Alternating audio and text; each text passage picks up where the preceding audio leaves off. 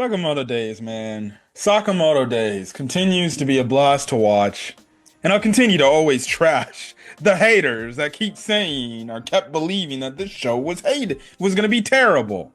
But Sakamoto Days continues to be one of the best shows I continue to watch just straight up in general. Like, what more else does there need to be said about Sakamoto Days?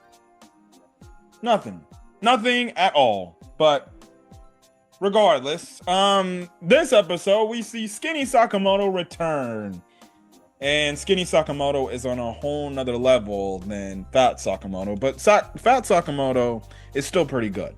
But regardless, don't F up with Skinny Sakamoto. Again, I think I said at the end of my last episode review of episode 4, I feel like if he ever goes skinny at all, it's kind of like his serious mode where it's like, all right, he ain't playing around. Like, he's already good as basically a fat dude, but he's even better when he's freaking skinny. And when you have it to when you see this fight with this dude hard boiled, or boiled, right? This man, he straight up did not expect Sakamoto to be this fast. Like, legitimately. Like, we cut back to the fight, and I'll talk about the other fight, the Lou fight, right? This dude just comes in, boom, and the dude's hard boil's like, oh shit, what? And he immediately gets destroyed. Like, immediately gets destroyed in this fight. Like, this dude is trying all the techniques he was doing in the last episode, and like, he fires off like the exploding like gumballs, right? This man Sakamoto catches them damn gumballs, and he basically uses it and punches the dude and explodes it and blows him up. And it wasn't even a fucking contest. And you just have it to where Hard Boil's like, yeah, I see why this man was known as one of the greatest assassins. He's on a whole nother level. Like, strictly, I'm just watching this. I'm just like, oh, frick. This man, listen, this is a warning to all these damn assassins. Obviously, they made the threat saying like all these assassins are not going to be on the level of Hard Boiled. They're going to be obviously stronger, right? And they're obviously going to be more of a problem. But like, when we see Sakamoto go skinny mode, dude, like, legitimately, Skinny Sakamoto is a monster. Like, he legitimately, like, you have it to where there's this Ferris wheel. This guy and this chick, you know, they're obviously like, I guess, going on a date. This man, for whatever reason, you know, he's straight up just like, you know what, screw it. I'm going all in. The girl is not even wanting it. She's like, what are you doing? And this dude is like, I'm just like, bruh, chill. She don't want you like that. And then this man just splashes through the damn Ferris wheel door. And they're like, what the hell? And this man has freaking a cigar in his mouth. And this dude lights it up. And he's like, yeah, Sakamoto is hard boiled. He takes it out and he just knocked out. I'm just like, what the fuck? And then the funniest part is, so after that happens, the Ferris wheel's done, right? The Ferris wheel lady is like, what the hell? They walk out, right? And basically she's like, what exactly fucking happened? And basically the dude's like, I just got hard boiled. That's just hard boiled, right? And this woman's like, I'm not talking about what happened and if you're okay. I'm talking about who's gonna pay for this fucking Ferris wheel door. And this dude's like, oh. I'm just like, she was not worried about Sakamoto or hard boiled. She was more worried about who the hell is gonna pay for this? Because this ain't coming out of my damn paycheck, I'll tell you that. Which I was just like, what the fuck? I'm like, you don't even give a crap about these two people that are in a destroyed Ferris wheel situation, you know, destroyed Ferris wheel carrier, right? And you're more worried about who's gonna hell to pay for this shit. It seems like they're gonna make these employees pay for it. I don't know, unless she's gonna lose, or maybe she just don't want to lose her job, because how she can present that to her boss? Like, her boss would be like, why is there one destroyed door? These two people came out of it. I asked him who, I don't know. Poor lady, she didn't find out, right? but how that also connects to the Lou and Shin stuff, right? So we start out the episode with the Lou stuff. Now you remember this man, they got captured, right? By the girl, by the dude, Hard Boyle's like girlfriend, I guess you can say, right? And you had it where in that situation, that part of the episode last week ended off with Lou basically drunk fighting, doing the typical drunk fighting, right? And basically, she's got to hit our girl or the girl over here, like within like every 10 seconds. Otherwise, Shin's gonna get like something cut off of his fucking like saw, basically, right? And Lou was absolutely like kicking this girl's ass for it. Well, not kicking this girl's ass, but was actually giving this girl some problems to the point like catching her by surprise, right? And she's basically touching him, so they have to keep resetting the damn timer because she keeps actually touching her, right? And it gets to the point as the fight's going on, she's having like these different drunken stages. Like she has like the drunken stage that she was, the sad stage. She has like a fucking happy stage, and then she has like an angry stage, right? And it gets to the point where it's like it looks like she's gonna go in and knock this, or not only just knock this woman out, straight up kill her, right? She just is like, and the woman's like, what the hell? Like, what's going on? And also, too, the woman made the mention, like, aren't you gonna kill me or something? Like, your friend's on a deathbed. And it's funny because even though Lou's drunk as shit, she still remembers the family rules. She's like, well, that's not under family rules guidelines, you know. Family rules says there is no killing. And the woman's like, the fuck? Whatever, I don't care.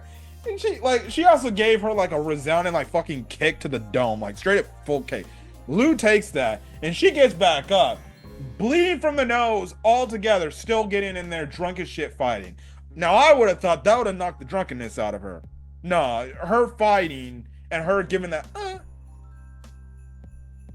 and then all of a sudden Lou is fucking sober again. And and she's like, wait, what the hell's going on? Where am I? What? And our dude Shin is over here and he's like, oh, now she's back to not being drunk again? Bro, that's just fantastic, right? I'm just like, oh my goodness. I'm like, this girl right here, bruh. This girl Lou. She absolutely hilarious. I love her character, right? So basically, and then obviously the girl, she just like now friends with them now, buddy, because she's like, oh my goodness, that's so adorable. And Lou's over here like, what is going on? What? So and then it was funny because then Shin's like, well, it looks like they're friends now, and it looks like a draw has happened. So does that mean like I can be let go free now? And the other two dudes with the saws like, I guess. So what ends up happening is they're sleeping in the park. They wake up, and basically Sakamoto's wife is like, Shin, what the hell's going on? And also, where's my husband? And or not Lou, Shin's kind of like playing it off. He's like, oh, well, we were just tired, So he runs, he finds Sakamoto, and then he sees Sakamoto, right? And he's like, oh my god, Sakamoto, you're skinny again! This man's taking all pictures and everything. And I'm just like, oh my goodness, this dude is legitimately marking up because he's happy to see. And then also Sakamoto bought some meat buns for his family too. Leads to a scene to where it's like, because Shin's like, well, how are we gonna handle all these assassins that are gonna be coming after you now? Because that's when Hard Boiled made the mention. And then Sakamoto's like, don't worry, we'll work this out. And then he's like, and then he looks up, and then he's like, oh fuck. The camera pans, bruh. And you see his fucking wife in this evil like aura. Like as if she was like fucking Chi-Chi from fucking Dragon Ball when she sees Goku and is like, I hate you training my sons, Goku, right? Because she gave that, Sakamoto's wife gave up that energy. I'm like, oh shit, I'm giving her that. She giving that Chi-Chi piss vibe, and she's just like, what do you mean? You'll take care of it. And this man is like, oh fuck. So I'm just like, oh shit, she about to divorce this motherfucker. I'm thinking like, oh, this man's dead. She's divorcing this dude. She gonna leave this man high and dry because he back in this business, right? So they have a sit down conversation. She's all three of them right there sitting down. She is pissed as all get up, right? Pissed as all hell. And she's like, all right, honey, it's time you explain what's been going on here, right? And Hard Boil's like, hey, listen, you don't need to blame Mr. Sakamoto. You don't need to blame Sakamoto here. He was just doing what was right thing. He was protecting you, making sure you and your family were safe while you're on your trip, while these assassins were coming after him. And this woman straight up says, shut the fuck up. I wasn't talking to you. This man's like, she's hard boiled herself too. God, I swear, bruh. Nah, this hard-boiled dude needs to be a reoccurring character. I love this guy. This guy is absolutely crazy, bruh. But anyway, Sakamoto tells her the truth. Like, look, yes, it was doing what he said, and I wanted to make sure that you didn't have to worry and everything and stuff like that. And I'm thinking, oh shit. I'm like, the wife probably. I'm like, one or two things gonna happen. The wife's gonna be like, oh, thank you, I understand, honey, or she's gonna be like, I'm divorcing your ass right now. No, she actually won. She doesn't divorce him. She just like, the family guidelines is no secrets, basically, right? And she's like, you should have just told me from the jump. If you had told me, this would have never been an issue. But because you have this stuff going on, you need to go handle this stuff. And I was actually shocked. I'm like, oh shit. Like, she's just letting him handle this shit right there. These people kind of basically put essentially not only his life, but legitimately her and her damn daughter's life in jeopardy because you got these assassins coming after them, right? And she's just like, look, you just go handle that, okay? Just handle it. We'll figure this whole thing out. And it's fine. And the fact when she just did that, I'm like, all right, look, Sakamoto wife is 10 out of 10. She's a day one. She's a day one wife. Even though she says she don't want him killing, she definitely is like, look, okay, that's fine. You got your assassin stuff you need to deal with to keep us safe. Deal with that shit, and then you can go back to being a good daddy, right? Which that's freaking crazy. We're absolutely crazy, right? So I absolutely found that whole thing, that whole conversation funny because basically now his wife basically gave approval to get back to doing the freaking stuff to protect the family. So yeah, we end up having like a meeting with like the group of assassins and everything. I think they're foreshadowing another threat that's coming. But you have to where like this one guy runs in, or this one guy comes, and there's this like fucking waiter, right? This waiter, this poor like waiter butler dude that was serving them food. This dude throws his freaking head on the damn table, grabs a knife, and starts impaling his fucking head. I'm just like, what? And then you just have like the drops of blood go on like this one chick's face, and she's just like, I'm just like, what the? I'm like, these people fucking crazy.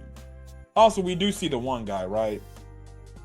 We do see the one guy. We also run into that one guy too later in the episode, where Lou and freaking Shin don't like him. They always beat him up. Like it looked like okay, he gonna actually come and kill Sakamoto, and honestly, he almost got to the point where he's like, he moved so fast. He would have he could have, if he was actually had killing intentions, he would have slit freaking Shin's throat with ease. Like he came up behind him that fast. Shin saw how fast he was, and Shin actually thought like, oh shit, he slit my throat, I'm dead, right? But no, he's like, I'm just playing with you. I was just messing with you. I wasn't gonna kill you. And then Lou and Shin just start kicking him. Oh, and they're just like, I'm just like, that's gonna be a fucking gag, bro. But basically, the dude warned him like, yeah, there's gonna be stronger assassins coming after you and things like that. So yeah. Also, too, you just have it to where they're still doing their store business too. He's also fat again. Which is funny because, Shin's like, Mr. Sakamoto, how'd you get so fat in one day? And basically Lou's like, well, he does eat a lot. So this man can eat like in one day and gain all that blubber back, essentially, right? And it was funny because you see kind of like, okay, how they're handling like assassin legitimately walking through the front door, and they're just taking them out one by one. And basically, the wife's like, "Huh, I wonder when these assassins are gonna stop, but it's all right." But she's like, "But hey, at least we're getting like obviously more sales off our bandages and everything and our medical supplies." Well, I'm like, so I guess that's good, right? And it's funny because Hana goes outside to the assassin. She's like, "Here's another bandage and everything," and the assassin's like, "Thank you, little girl. You're such good. You're gonna be super strong like your dad." I'm just like, these damn assassins legitimately could straight up take his daughter, hold her hostage, but they're so fearful of Sakamoto after getting their asses whooped. They're not even fucking with the daughter, which is gonna be funny. It would be absolutely hilarious if, we do get a time skip with this show, and obviously Hana is a lot older now, and it's kind of like, in a weird way, she kind of follows her dad's footsteps in a weird. Well, she has the talents of her dad's, where she's super strong herself, and it's kind of the whole thing of like, yeah, Mr. Sakamoto's bad, but you don't want to fuck. You don't want to fuck with his daughter. His daughter's on a whole nother level, right? And I honestly, his daughter definitely would probably have the genes if we ever were to see like some sort of time skip and she were to be like, "No, I'm helping you, father." So she definitely would give up that like, "Oh, don't f with." She right now she must protect, but it's funny. So that's the thing. It's also interesting too. I thought they would dive in, because I made a mention about this last week. I thought they would dive in like about Sakamoto's appearance of like, "You don't look like daddy." No, they didn't mention that, but that's kind of the thing right there and there. So yeah, but another great episode of Sakamoto Days. Definitely can't wait to see more Sakamoto Days content and stuff like that. So yeah, but that's basically it on my end for Sakamoto's Days episode review. So if you guys like the video, leave a like, put in the comment section your thoughts. Hit the subscribe button if you want to get more Sakamoto Days content or any other anime content I upload to the channel. Till then, guys, stay safe out there and enjoy your weekend. I know the Super Bowl is tomorrow and things like that, but yeah. But till then, guys, peace.